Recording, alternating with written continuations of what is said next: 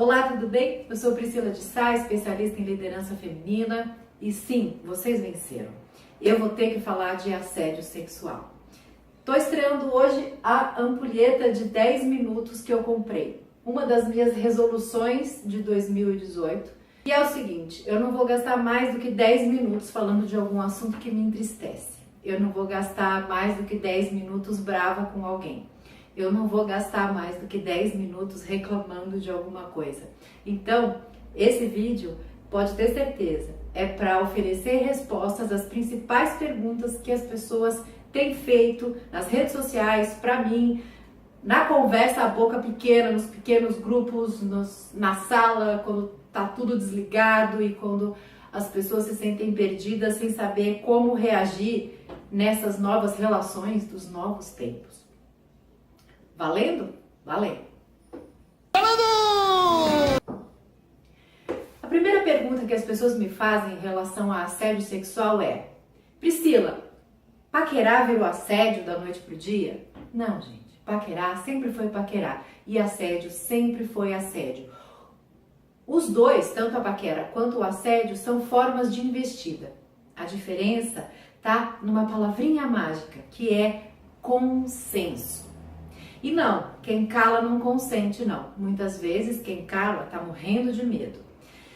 Então a paquera é um clima de romance, uma investida afetiva, uma investida erótica, emocional, que pretende-se, presume-se que seja consensual. É possível sim que eu tenha desejo por uma outra pessoa, ela não saiba, então eu encontro formas elegantes de preferência de manifestar esse desejo. A partir do momento que essa pessoa é ciente do meu desejo por ela, ela tem dois caminhos. Um deles é aceitar, o outro é não aceitar. Caso a pessoa não aceite e se mostre constrangida, e essa é outra palavrinha mágica, eu devo parar. Se eu continuar, significa que eu estou assintosamente assediando aquela pessoa. Assediar tem uma conotação erótica, tem uma conotação sexual, embora não seja sobre sexo, é totalmente sobre poder. Quer ver um exemplo? Eu tenho recebido pedidos de socorro, denúncias de mulheres que são assediadas por mulheres no ambiente de trabalho e de homens que são assediados por suas chefes, mulheres no ambiente de trabalho. E isso me entristece demais, porque é muito duro ver que o assédio não é uma questão de gênero, o assédio é uma questão de poder, de uso indevido desse poder. Não é para isso que o empoderamento funciona. Aliás, se você não viu o meu vídeo explicando a diferença entre ser empoderada e poderosa, eu convido você a assistir esse vídeo. Então, paquera tem consenso, tem elegância, assédio tem constrangimento. Quase sempre o assédio se dá numa condição hierarquicamente diferente, ou seja, tem que haver aí na mistura, na maior parte das vezes, um componente de vulnerabilidade de uma das partes, aquela normalmente assediada. Se você, de repente, ficou afim da sua liderada ou liderado, tenta dar um jeito de esperar aquela fase de trabalho, aquela fase de projeto passar.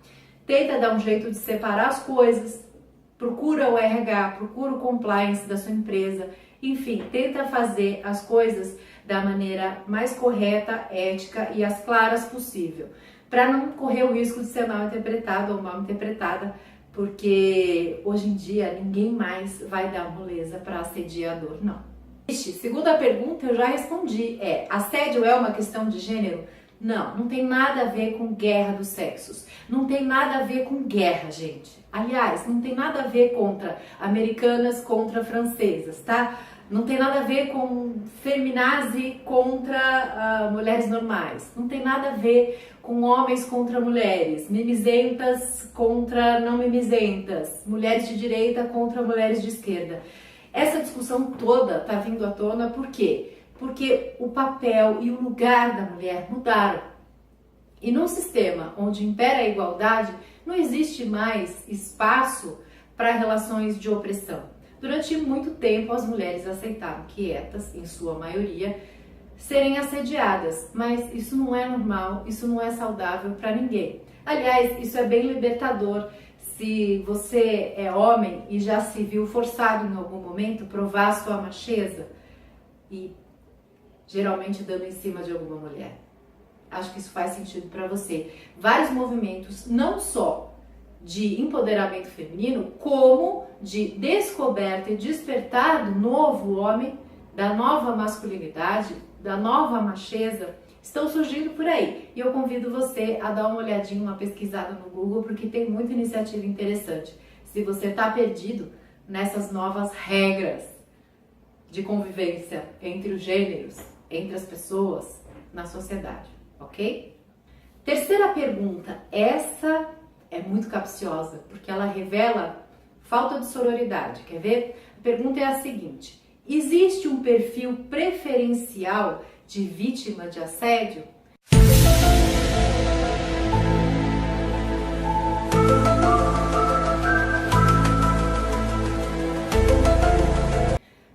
Quando uma pessoa me faz uma pergunta dessa, ela está querendo procurar uma recorrência, um padrão. Por exemplo, ela está querendo acreditar que só mulheres sexy ou frágeis ou expansivas, ou que riem alto, ou que dão mole, ou que facilitam, ou que são fáceis, ou que são dadas, ou que são piriguetes, é que estão sujeitas a assédio sexual. Não, isso pode acontecer com qualquer uma. E aí eu tenho duas histórias para contar para você. A primeira delas aconteceu com a minha mãe. Eu era pequena e eu olhava para minha mãe e ela tinha uma ruga, ela ainda tem, mas ela era uma mulher jovem, mas ela tinha uma única ruga, na verdade um sulco bem profundo aqui na testa. E eu perguntava, mãe, por que você tem essa ruga?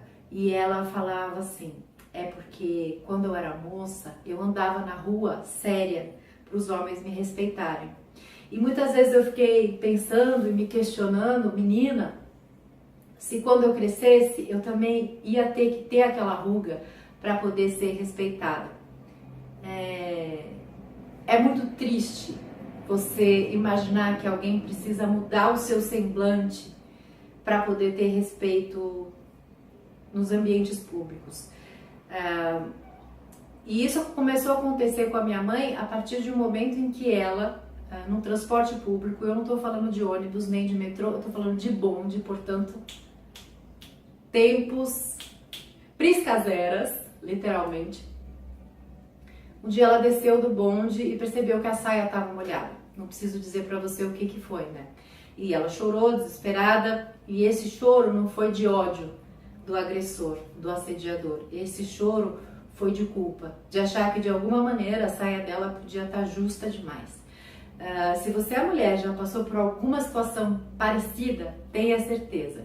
Você não faz parte do perfil preferencial de vítima de assediador. Você é apenas mulher, você apenas estava numa condição de vulnerabilidade, num transporte público. Isso pode acontecer no seu trabalho, isso pode acontecer num elevador, isso pode acontecer numa rua deserta, ou até mesmo numa festa em que você beba demais.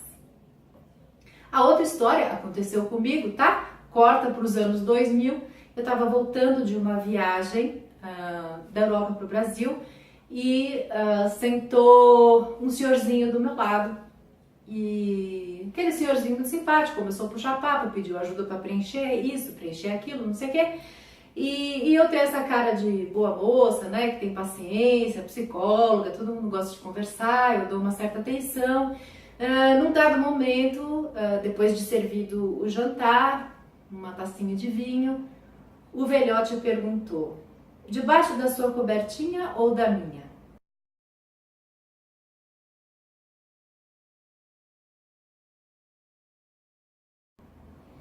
Oi? Eu me senti mais que ultrajada, eu me senti culpada.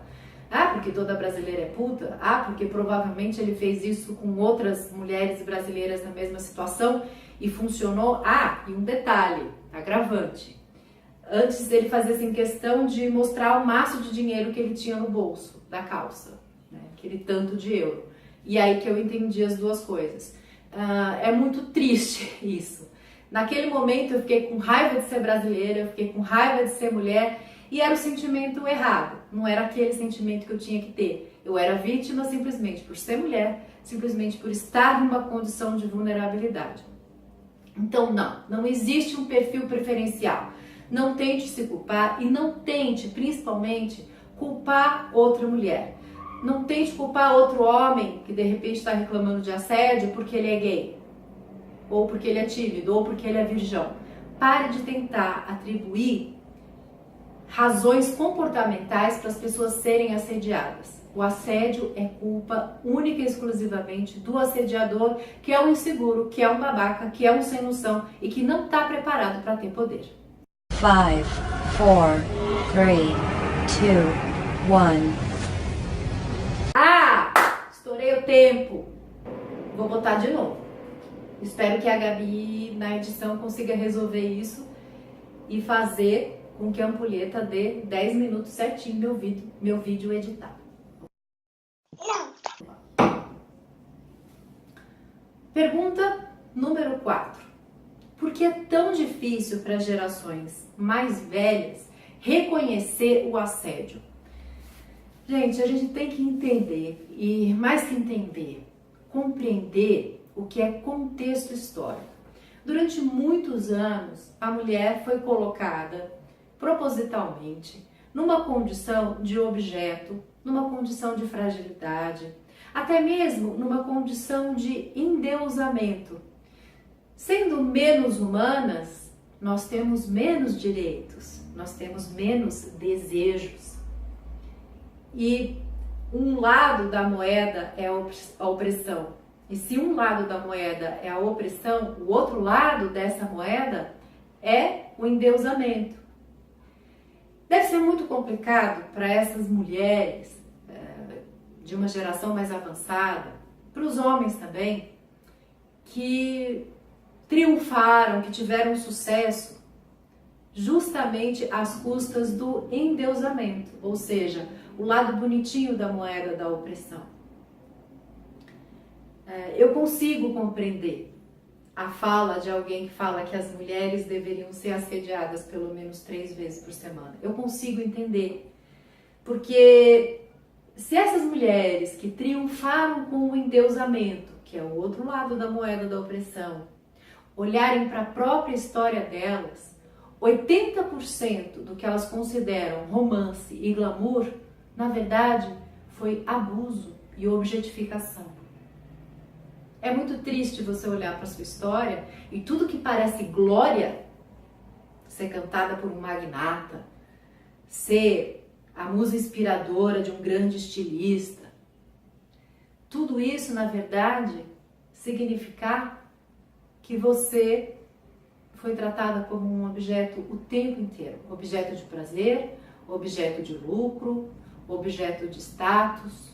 Então, a gente não pode tirar o contexto dessa análise. E o nosso papel é de compreender, ter empatia com as diversas visões e percepções da realidade e tentar, sim, educar essas pessoas para os novos tempos. E a última pergunta, a mais importante: como lidar com o assédio? Em primeiro lugar, nunca se culpar. Em segundo lugar, nunca se calar. Procure alguém que possa servir de apoio. Em algum momento, tem alguém para te dar a mão. Procure uma figura de autoridade.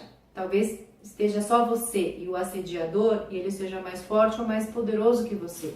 E nessa hora que a sororidade é mais importante do que nunca. Eu, no meu caso, dentro daquele avião, gente, eu não estou falando de ônibus metrô, eu estou falando de avião. Procurei a aeromoça e o máximo que ela conseguiu fazer naquele momento foi me mudar de lugar, me mudou para executiva. E na época eu me senti muito protegida e até fiquei felizinha porque viajei numa condição melhor, mas na realidade foi um jeito de me calar também para evitar problemas. Aquela não foi a atitude mais correta daquela profissional. Ela deveria ter me ajudado a denunciar aquele homem, mas ela também quis evitar problemas. Hoje em dia a gente tem muito mais noção do que deve fazer, né? E que tem uma função educativa nessa atitude também. Não é só o meu problema estar resolvido, sabe? Porque eu tô na executiva, tomando open de champanhe. É o problema da próxima menina que sentar do lado daquele homem, né? E então, hoje eu vejo que a minha atitude foi errada, eu acabei sendo conivente com aquilo tudo, eu aceitei o cala-boca da aeromoça, não deveria. E então, assim, procure uma figura de autoridade que esteja próxima a você e reporte o caso. Se for preciso, leve às últimas consequências. A gente está num momento muito delicado de reeducação de toda uma sociedade. Porque não tem nada a ver com sexo, não tem nada a ver com atração física, não tem nada a ver com amor, não tem nada a ver com hormônios descontrolados. Isso é apenas poder. Isso é apenas uso indevido do poder. Isso é apenas insegurança. Isso é apenas vontade de subjugar. Isso é vaidade. Isso tem que parar. Há muitos e muitos anos existem pessoas limitando o nosso direito de ir, de vir e de parar no meio do caminho para contemplar a paisagem. E é sobre isso que se trata. É sobre resgatar esse direito, o direito de andar distraída. Estourei o meu tempo, mas espero que o resultado dessa conversa tenha sido positivo. Deixa aqui seus comentários, deixa sua curtida para eu saber que eu estou no caminho certo. Vamos continuar essa conversa em qualquer momento com muita empatia, com muita compaixão, mas sim, com muita vontade de mudar. Um beijo e até a próxima. Dá um sorrisinho. Você vai me depois da televisão? Não.